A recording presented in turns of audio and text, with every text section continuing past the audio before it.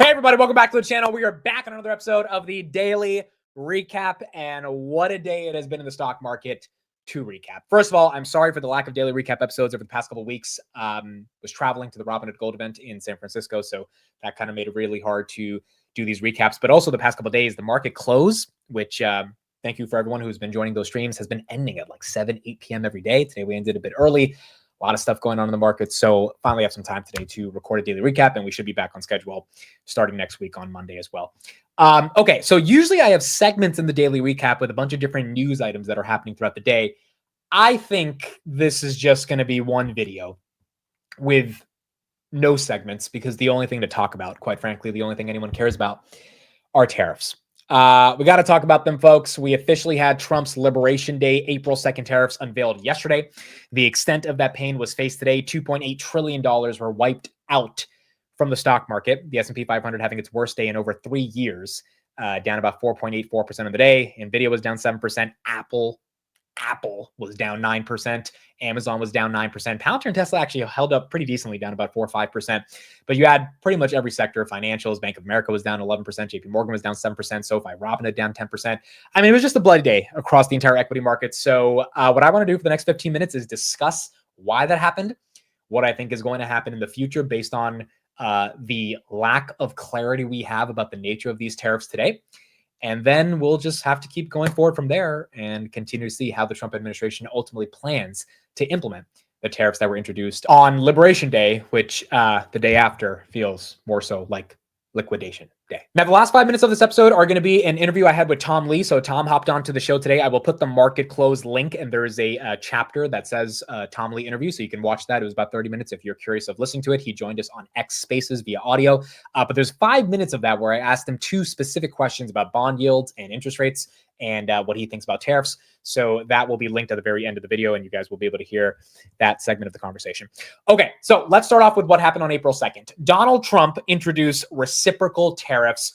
It was very funny because on April 2nd, when the market close was happening, the stock market went up by 3 to 4%. Everything was going crazy because the headline was, okay, we're only going to have 10% tariffs across the board on imports. The market had pretty much priced in 20%.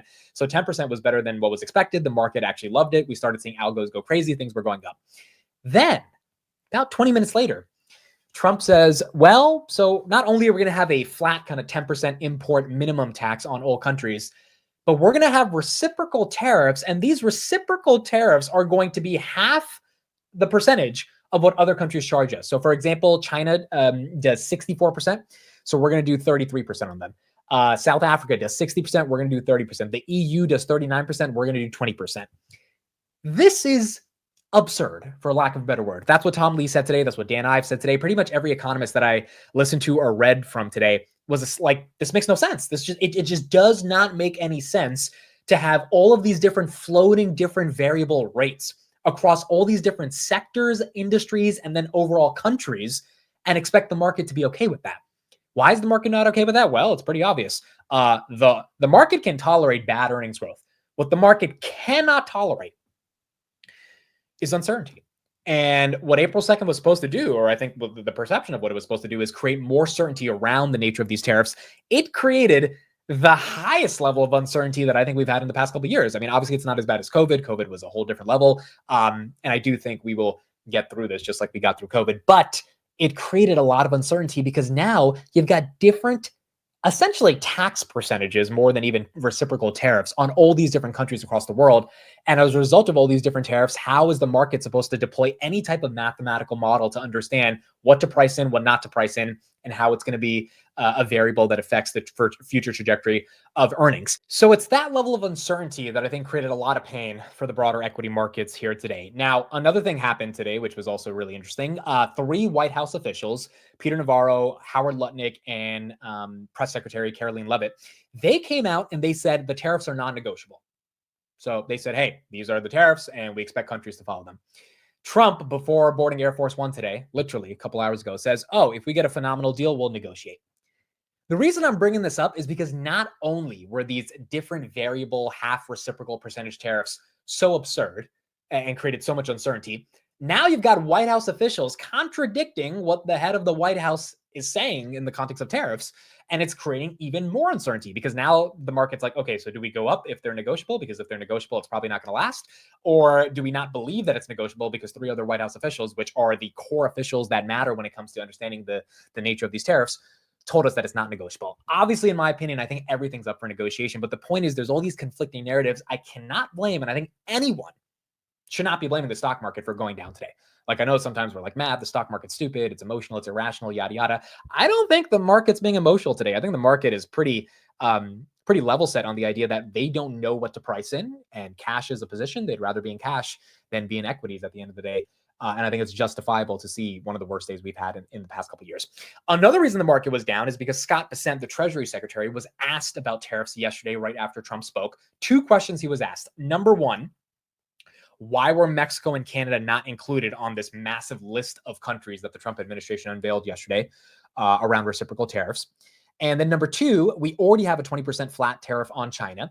The list that the Trump administration talked about yesterday would increase that by 34%, so it would be 54%. And the reporter was like, is it true we're actually going to have 54% tariffs on the United States? The answer to the Mexico-Canada question was, I don't know why they're not on the list. The answer to the China 54% tariff question was, I think the answer is 54%. I mean, dude, like, you're the Treasury Secretary. You can't say, I don't know why 2 of our biggest trading partners were not on the list on April 2nd, which was hyped up as this day that would give us all the details in the context of tariffs. So that created a lot of market uncertainty. I mean, the market just didn't really know how to interpret what the heck Bessent's saying and what his role really is when coming up with this tariff policy, leading a lot of people to believe that Lutnick is actually the guy that's pushing this, not Bessent. And then number 2, on the 54% China tariffs, I think, really? China? We import a lot of stuff from China, and your answer is, I think, on the day where we're supposed to have maximum clarity in terms of what's happening with the overall percentages when it comes to when it comes to these rates on tariffs. And so I think that, coupled with all these different variable rates, along with this whole negotiable, not negotiable stuff, is what created the volatility that led to the dramatic sell-off that we saw today. And then the last thing I'll say about this, which is just insane. Some of you guys probably saw this earlier today, but this is the this is the White House formula for calculating its tariffs. So the trade deficit with China is 291 billion. The imports from China are 433 billion. You divide 291 over 433, you get 67%, which is what the United States is saying China charges us. The reciprocal tariff on China would be 34% if you divide 67 by 2. That doesn't make sense. You can't calculate the average tariff that China charges us by simply taking the trade deficit and dividing it by the import. Like, this is 3rd grade math. This like, and any economist would laugh at this. And from a lot of the reports I was reading this morning, a lot of economists are laughing at this. It doesn't make any sense. And so you've got all this volatility, and then you've got this extra layer of volatility, which is this random number that the Trump administration used across hundreds of countries that we do business with, and then calculated the half reciprocal version of it. The only saving grace of this, and so let's get into kind of my thoughts of what I think is going to happen in the future. And this is also consistent with Dan Ives, Tom Lee, a lot of the other economists I read today. The only saving grace here is that this number, or the set of numbers in terms of the tariff rates, are so absurd, so insane, so unbelievable, like quite literally unbelievable, to the point where you think they came up with it like in an hour. Like, you don't even, like, the reason this didn't leak for the past couple of weeks is probably because they didn't have this idea until very close, until April 2nd. The only saving grace here is that these tariffs will not actually be in place, meaning the rates are so absurd that there's going to be some negotiations. I mean, Trump himself said before heading on Air Force One today that he's open to negotiations if there's a phenomenal deal. That to me is signal for there's going to be some deals. We have until April 9th until most of these go into effect. So Tom Lee said on the show today that, yeah, we got to give a grace period for the next week to kind of see what those deals materialize for. Trump was asked about the stock market today. He says he thinks it's going to boom and go higher than ever. Yeah, sure, that's fine, but we need more certainty. And maybe he thinks the stock market's going to be good because he is certain that they're going to get some deals done, which would end up creating the level of momentum the market needs to start feeling more excited about equities today. That's my saving grace as well. So what did I do? I bought the dip. I bought Hood, I bought NVIDIA, I bought Grab, I bought Google, not a ton. I think on days like this, I'm not perfect at timing the bottom. I got NVIDIA at 102.5. I don't even know what NVIDIA is right now after hours. Maybe NVIDIA is going to 80. Maybe NVIDIA is bouncing back up to 110. If I was perfect at hedging and calling a bottom or a top, I'd be running my own hedge fund. I'm not. And I don't want the stress of managing hundreds of millions of dollars and hedging it perfectly because I don't know exactly how to do that perfectly, right? And I think everyone who feels like, oh, I should have sold Palantir here, or oh, I should have, hedged and bought some puts on the S&P 500 here, like it's a toxic mentality because you're like 99% of most investors, which are long only. And that tends to work over the long term. But there's days like this where it's really hard to buy the dip and it's really annoying to buy the dip. But if the fundamentals haven't changed about the company and there's just some macro fluctuations that can get worse, but at the end of the day, the whole point of a DCA is an acknowledgement that you are humble enough to not know when to call a top or bottom, which is why you dollar cost average. That is the strategy I deployed today. And I don't think you have to buy the dip. I don't think you have to sell. I don't think you have to keep cash on the side. I think it's all subjective based on your own personal financial situation. But at the end of the day, if my favorite stocks are down 10, 15% of the day, I'm going to take a nibble. And that's what I did today. And the other, again, foundational reason I nibbled on the dip today is because I just don't believe in my heart of hearts, and maybe I'll be wrong about this, that these tariffs are actually what the administration is going to impose. I just don't believe it. I really just don't believe it. And so Liberation Day turned into liquidation day for the stock market. Of aggressive selling. I mean, when Apple's down 9%, you know that it's really bad. But I think the level of uncertainty that is been imposed on today by the administration also comes with the silver lining, which is that it can't be that bad, because if it is that bad, welcome to a recession. And I think the Trump administration doesn't want a recession. That doesn't help anybody. I also think that the Republicans will get clobbered in the midterms if we end up having a recession. Even if it's a stock market recession, I mean, a lot of people own stocks, right? A lot of people have 401ks in the United States. Like if a lot of people don't understand why we're imposing these tariffs, which that's a whole nother conversation for another video, but Howard Lutnick was on CNBC today and he's like, we want to bring jobs back to the United States and manufacturing. It's like, dude, do we really want people manufacturing televisions in the United States? Like, we build software, high margin, we do services, like the rest of the world does the manufacturing. Wanting to have a manufacturing renaissance. And I'm not saying there's not merit to that argument at all. I'm really not. I think there is merit to that argument. I just think the implementation of these tariffs to follow through on the meritocratic understanding of why tariffs are important, which I agree, they are important, and we can't keep getting ripped off by a lot of countries. But this type of implementation just doesn't make any sense. And I don't think any economist with any level of credibility thinks that these tariffs and the way they're being implemented and this whole push to bring manufacturing back to the United States makes that much sense in the short term or in the long term, because there's just a lot of hurdles, aka the cost of goods going up, aka do Americans even want those types of manufacturing jobs to be able to get to the vision that Trump wants when it comes to tariffs.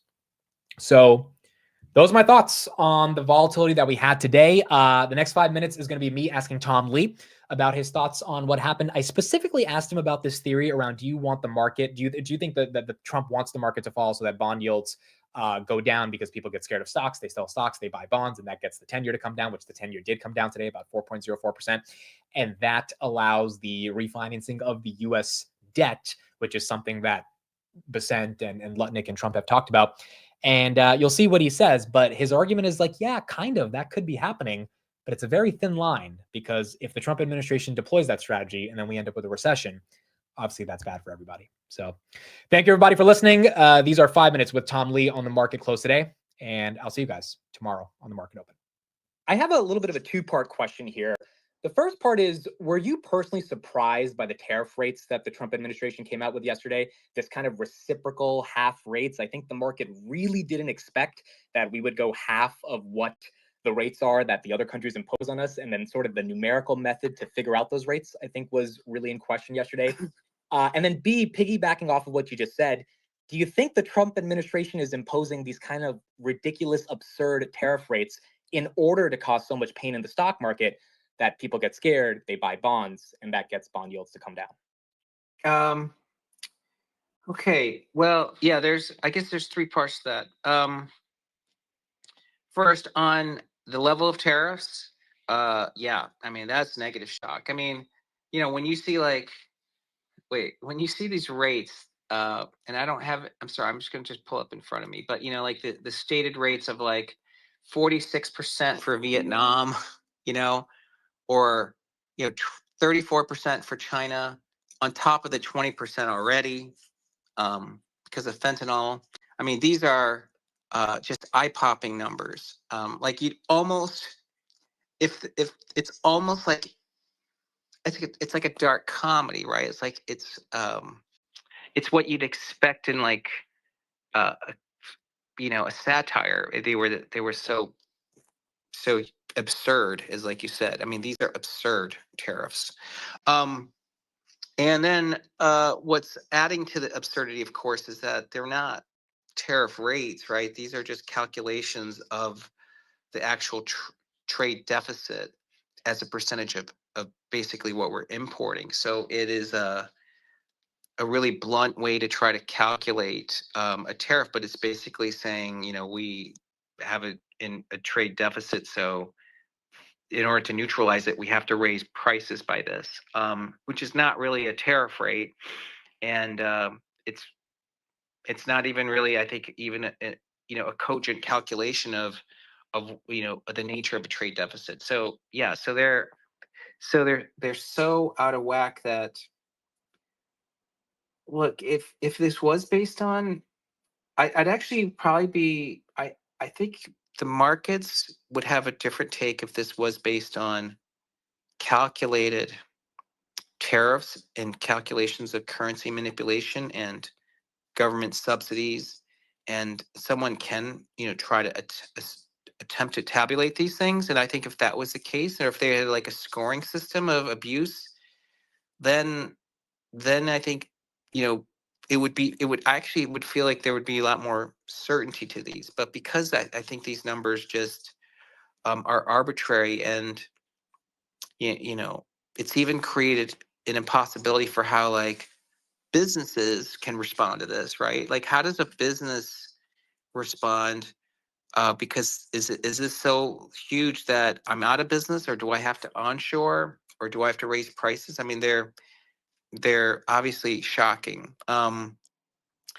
And again, that's why I get back to, like, I think April 9th is really going to be the more important date, and that's when we start to see breakthroughs, and we'll see how markets react. But I would expect people would be positively reacting to that. Um, and then in terms of like causing stocks to fall, um, and pushing into bonds.